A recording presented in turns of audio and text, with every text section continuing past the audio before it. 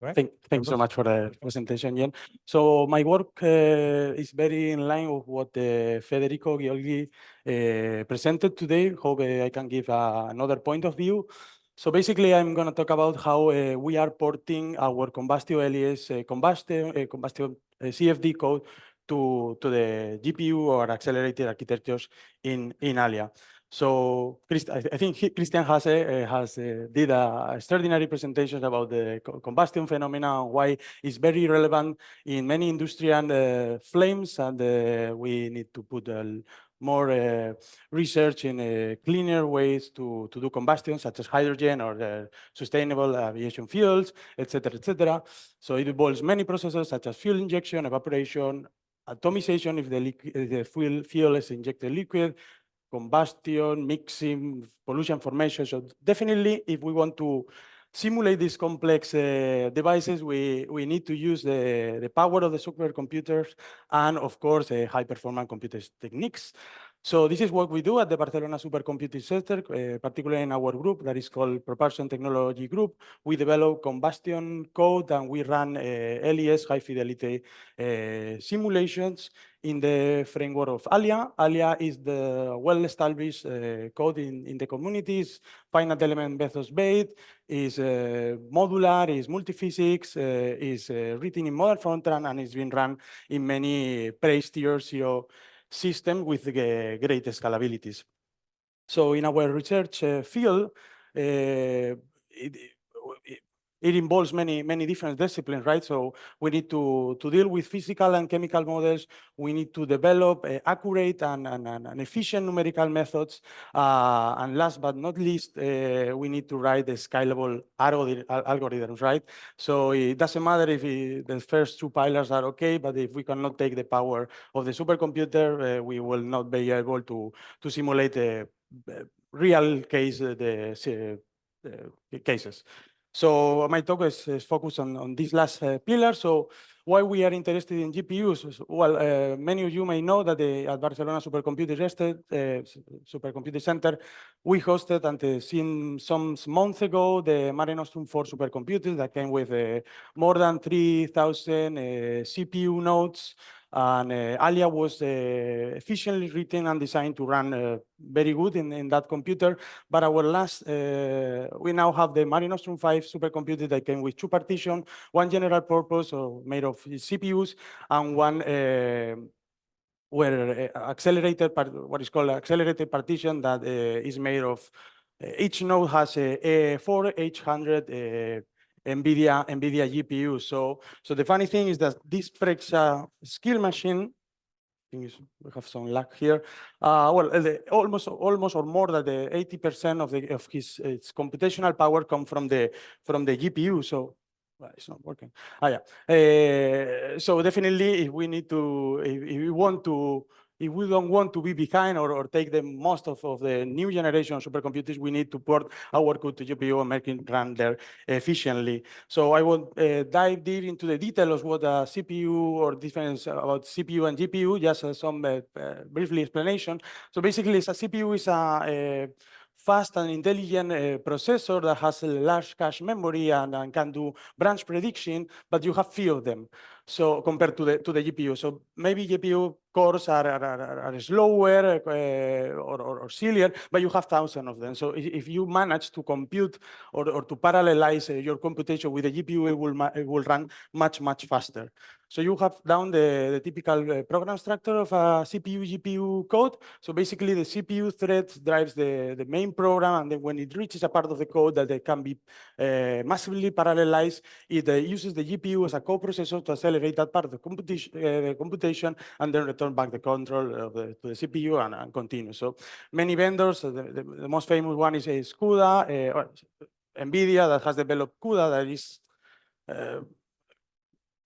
gives to the programmer a layer of abstraction to program these complex architectures to do the parallelization more easy. Maybe you are familiar with the block of threads and grid of blocks.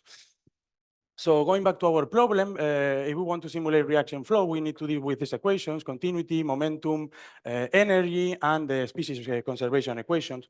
And particularly this last one is the most demanding in our field. Why? Because we have n or n minus one of them, and it's very stiff. Why is it stiff? Because we we have several time scales involved in it. We have the chemistry, we have the diffusion, we have the advection. We need to tackle them. So our main three pillars when dealing with this equation is the assembly of the PDE following the final element formulation. Then we need to take care of the chemical integration, which is very stiff, and then of course the load balancing, because the flame is not equally distributed in our domain. So may MPI processor will end up with different loads, no? But I won't talk about today about this. That is a very big problem. So zooming in into the species equation, we have the typical terms of the transport equation: temporal, advection, diffusion, and the source term. In Alya, we use the low Mach assumption or the low Mach formulation.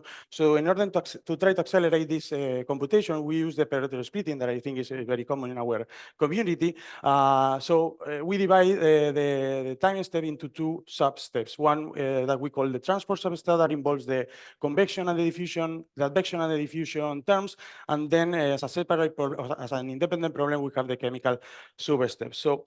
So putting the attention on the transport substep, what we are doing to parallelize this part of the computation, we are our approach is using OpenACC. So if you are familiar with the finite element method, before the assembly, you end up with a loop, an elemental loop, where you have to do all the gathering, all the operation of the equations to assemble before assembling the matrix, right?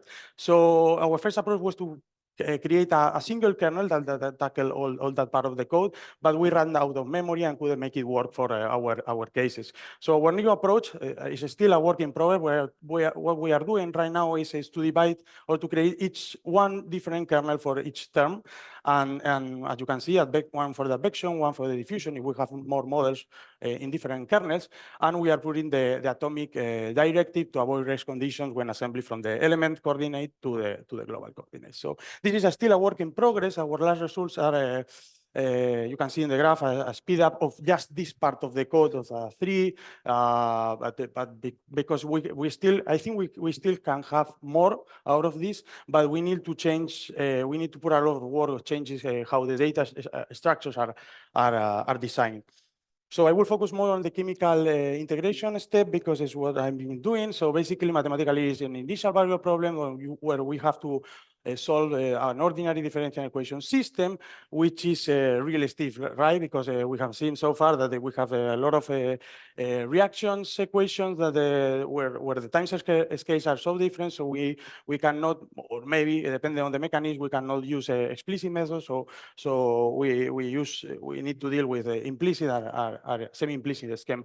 And this is what we are doing, or what we have done. We use the backward differentiation formula through the Seabode solver from the sundials package, and to put it in the GPU, we are coupling this solver with a Magma library that allow us to solve multiple linear system in a batch way in the GPU, and we rely on PyJack to have the chemical mechanism, the reaction rates of the chemical mechanism, and the analytical Jacobian. But all of this is a black box for us, so if we don't have control over the data structure. So our new approach is to develop our own solvers. We started with the Rosenbrock, that is a little bit simpler than well, a little bit, not much simpler than the Seabode.